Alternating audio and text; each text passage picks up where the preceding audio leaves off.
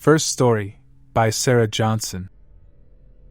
It was the kind of dark, moonless night that made you question your own sanity.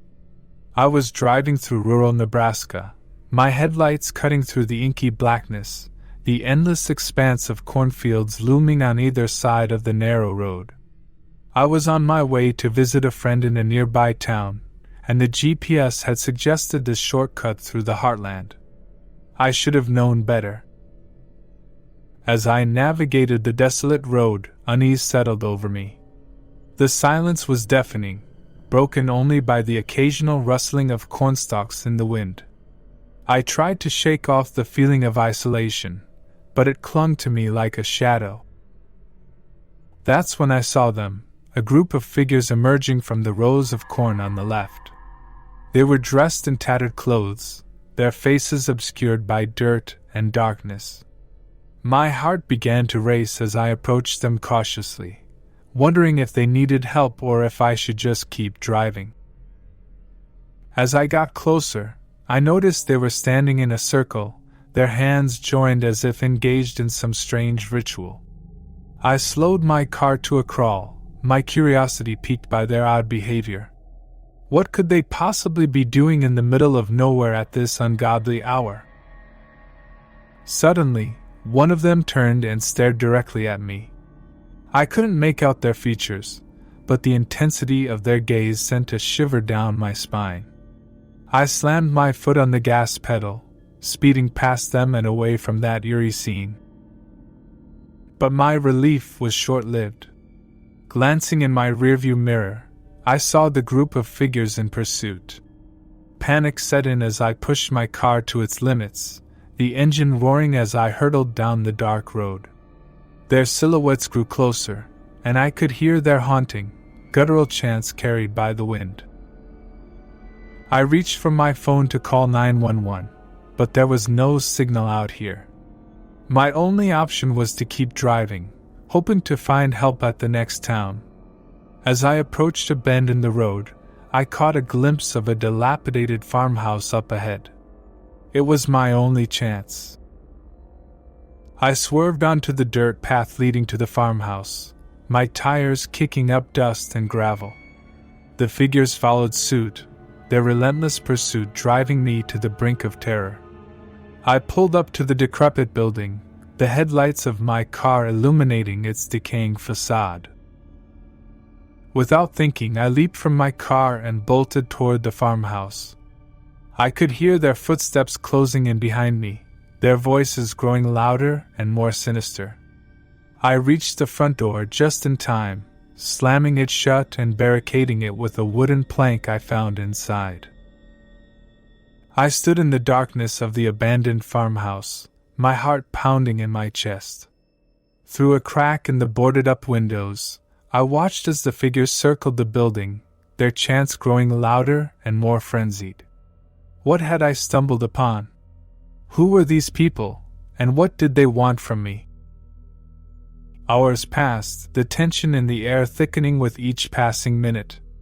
Eventually, the figures dispersed, vanishing into the cornfields as mysteriously as they had appeared. I waited until dawn before daring to leave the farmhouse, my mind haunted by the night's events. I made my way to the nearest town, where I finally contacted the authorities and recounted my harrowing encounter. To this day, I have no answers, no explanation for what I witnessed in that Nebraska cornfield. But I'll never forget the chilling feeling of being pursued by those unknown figures, their intentions as dark as the night itself. Second story, by Reynolds. Growing up in the Midwest, cornfields were a familiar sight. I had seen them in the daytime, stretching endlessly under the sun's warm embrace, a sea of green and gold. But nothing could have prepared me for the nightmarish experience that awaited me one fateful weekend in rural Iowa. It was late summer, and my friends and I decided to embark on a camping trip to celebrate the end of our college years. We had heard whispers of an abandoned farm deep within a remote cornfield that would serve as our ideal hideaway. Little did we know that this adventure would become a descent into terror. As we arrived at the outskirts of the cornfield, the sun was already setting, casting long shadows among the towering stalks. We parked our cars by the edge of the field, our flashlights in hand, and ventured into the maze of corn. The tall plants whispered and rustled in the wind, creating an eerie symphony that sent shivers down my spine. Hours passed as we wandered deeper into the field, searching for any sign of the elusive farm. Our excitement began to wane, replaced by a growing unease. The maze of corn seemed endless, and our GPS devices were of no help in this remote location. Panic started to creep in. Just as we were about to give up and head back, we stumbled upon it, a dilapidated farmhouse, barely visible through the thick growth of corn. Its windows were shattered, and the roof sagged ominously. It was the perfect hideaway for our adventure. As we entered the farmhouse, our flashlights pierced the darkness, revealing a scene straight out of a horror movie. The walls were adorned with bizarre symbols and drawings, and the air was heavy with an unidentifiable stench. It was as if the very walls of the farmhouse were whispering secrets to us. Curiosity got the better of us, and we began to explore the decaying building. In one room, we found a gruesome sight, a collection of eerie, lifelike dolls arranged in a circle. Their eyes seemed to follow us, and their twisted smiles sent shivers down our spines. It was a scene that defied explanation. As we continued our exploration, we stumbled upon a hidden basement, concealed beneath a rotting floorboard. The narrow staircase descended into darkness, and an oppressive feeling weighed down on us as we ventured into the unknown. In the basement, we discovered a chamber unlike any other. It was filled with strange, otherworldly artifacts, candles, ancient books, and more of those unsettling dolls. But the most disturbing discovery was a series of journals, each filled with cryptic writings and disturbing sketches. As we pored over the journals, the sense of dread intensified. They spoke of dark rituals performed in the cornfields, of sacrifices made to appease something malevolent that dwelled within the field itself. It was a horrifying revelation that sent our hearts racing. Suddenly, we heard a noise from above, the unmistakable sound of footsteps approaching the basement door. Panic consumed us as we realized we were not alone. We extinguished our flashlights and huddled in the darkness, listening as the footsteps drew nearer. The door creaked open, and a faint, sickly light spilled into the basement. We held our breath as a figure descended the stairs, its presence malevolent and foreboding. The intruder moved methodically, as if searching for something. As it drew closer, I could see its face, a grotesque mask of horror, twisted and contorted. My heart pounded in my chest as it passed inches from our hiding place, its breathing labored and unnatural. We dared not make a sound. The figure eventually left the basement, but we remained paralyzed in fear. Minutes felt like hours as we waited for the dawn to break. When it was safe to move, we fled the farmhouse and the cursed cornfield, leaving behind the nightmare we had uncovered. To this day, I can't shake the feeling that something ancient and malevolent lurked within that cornfield, something that should never have been disturbed. Our camping trip had turned into a descent into madness, and the memories of that night still haunt my dreams. Third Story, by Alex Walker. I never imagined that a simple road trip through the picturesque countryside of France would lead me to the brink of terror. It was a summer night, and I was driving alone through the rolling hills and cornfields of rural Normandy. My destination a quaint bed and breakfast in a village nestled amidst the serene landscape. The moon hung low in the sky, casting a silvery glow over the fields of corn that stretched as far as the eye could see. The solitude was comforting at first, a respite from the hustle and bustle of city life. But as the miles rolled on, a sense of unease began to creep over me. It was then that I noticed it, a pair of headlights in my rearview mirror, steadily gaining on me. I didn't think much of it at first, assuming it was just another traveler on the same road. But as the car drew nearer, I couldn't help but feel a growing sense of unease. The car behind me seemed to be deliberately tailgating, its headlights blinding in my rearview mirror. I sped up, hoping to create some distance between us, but the car matched my pace, the driver seemingly determined to stay on my tail. I considered pulling over to let the aggressive driver pass, but something about the situation felt off. The isolation of the cornfields in the dead of night left me with an unsettling sense of vulnerability. My mind raced with thoughts of what could happen if I stopped. As the tense standoff continued, I noticed a turnoff up ahead, an unpaved road that led into a vast cornfield. With no other options, I made a split-second decision and veered onto the narrow path, my tires kicking up dirt and gravel. The car behind me followed without hesitation. The unpaved road meandered deeper into the cornfield, the tall stalks on either side obscuring my view of the pursuing vehicle. Panic surged through me as I realized I had entered a labyrinth with no clear way out. The sense of isolation and vulnerability intensified. I pushed my car to its limits, my heart racing with each twist and turn of the makeshift road. The pursuing car stayed hot on my tail, its headlights a menacing presence in the darkness. It felt like a relentless game of cat and mouse, and I was the prey. Suddenly, the pursuing car made its move, swerving alongside me. I caught a glimpse of the driver, a face contorted by malice and madness. Their eyes locked onto mine, and I could see the malevolent intent in their gaze.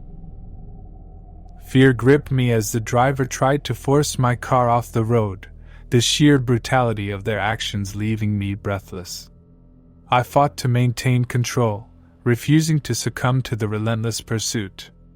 But the situation was growing increasingly dire. Just when I thought all hope was lost, a break in the cornfield appeared, a narrow gap leading to a dirt road beyond. With every ounce of determination, I veered my car toward the opening, narrowly avoiding a collision with the pursuing vehicle. The moment my tires hit the dirt road, I floored the accelerator, leaving the cornfield and the menacing driver behind. My heart pounded in my chest as I sped toward the nearest town, praying for safety and salvation. I eventually reached the bed and breakfast, shaken but alive. I reported the terrifying encounter to the local authorities, but they could find no trace of the aggressive driver or their car. It was as if they had vanished into thin air. To this day, the memory of that harrowing night in the cornfields of Normandy haunts me. I'll never forget the feeling of being pursued, the malevolent presence that seemed determined to claim me as its prey. It serves as a chilling reminder that darkness can lurk even in the most idyllic of landscapes. Fourth story, by James Anderson. The vast expanse of the American Midwest holds a unique kind of beauty, especially at night when the stars shine brightly overhead. But as I learned one ominous evening, it can also hide a sinister underbelly.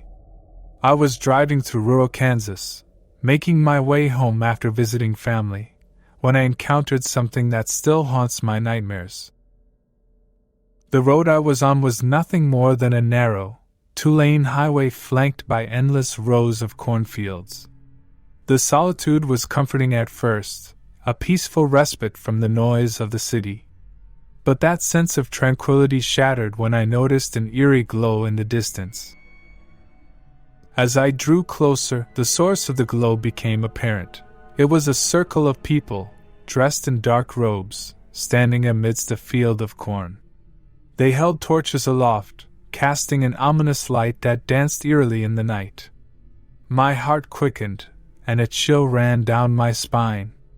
What on earth were they doing out here in the middle of nowhere? I slowed my car and watched in morbid fascination as the group moved in unison, their voices raised in an eerie chant that seemed to echo through the very marrow of my bones. The language they spoke was unfamiliar, ancient and malevolent, sending shivers down my spine. My curiosity got the better of me, and I decided to pull over at a safe distance, hidden from view. From my vantage point, I observed their strange ritual unfold. In the center of the circle was a makeshift altar, adorned with bizarre symbols and strange artifacts. As I watched, a profound sense of dread washed over me. It was clear that this was no ordinary gathering, no innocent ceremony. Their actions were calculated and ritualistic, and it sent a cold wave of fear coursing through me. Then, the unthinkable happened. One of the robed figures broke away from the circle and began walking toward my hiding spot. Panic surged through me as I fumbled to start my car. But it was too late. The figure had seen me. They approached my car with purposeful, unhurried steps, and I could feel their gaze through the windshield, even though their face was obscured by the hood of their robe. I dared not look directly at them, my heart pounding as they drew closer. The figure reached my car and rapped their knuckles on the window. I hesitated for a moment before rolling it down just a crack. A voice, cold and emotionless, emanated from beneath the hood. "You shouldn't be here," the figure said, their words sending a shiver down my spine. I didn't mean to intrude," I stammered. Their response was chilling. "You have witnessed something that was never meant for mortal eyes. You must leave this place now and forget what you have seen." I nodded, my fear overpowering any desire for answers. With trembling hands, I put my car in gear and drove away, glancing in the rearview mirror to see the group of robed figures receding into the darkness. I couldn't shake the feeling that I had narrowly escaped something unspeakably sinister. I continued my journey home, haunted by the encounter in the cornfield. The memory of that night still lingers, a chilling reminder that there are dark secrets hidden beneath the serene facade of the heartland. Fifth Story, by Emily Turner. I had always found solace in the English countryside, with its rolling hills, quaint villages, and endless fields of corn. But one serene evening in rural Oxfordshire, that sense of tranquility shattered, leaving me with an indelible sense of dread. I had decided to take a leisurely walk through a nearby cornfield, the stalks swaying gently in the breeze as the setting sun cast long shadows. The aroma of the earth and the rustling of the corn had always been comforting, a sanctuary of peace in my busy life. As I wandered deeper into the field, I noticed a figure in the distance. At first, I dismissed it as a fellow walker enjoying the countryside. But as I continued my stroll, I couldn't shake the feeling that the figure was following me, lurking among the cornstalks. I quickened my pace, my heart beginning to race as paranoia gripped me. Glancing back, I saw the figure draw closer, their movements deliberate and predatory. Panic welled up inside me as I realized I was being pursued. I veered off the path, hoping to lose my pursuer in the labyrinth of corn.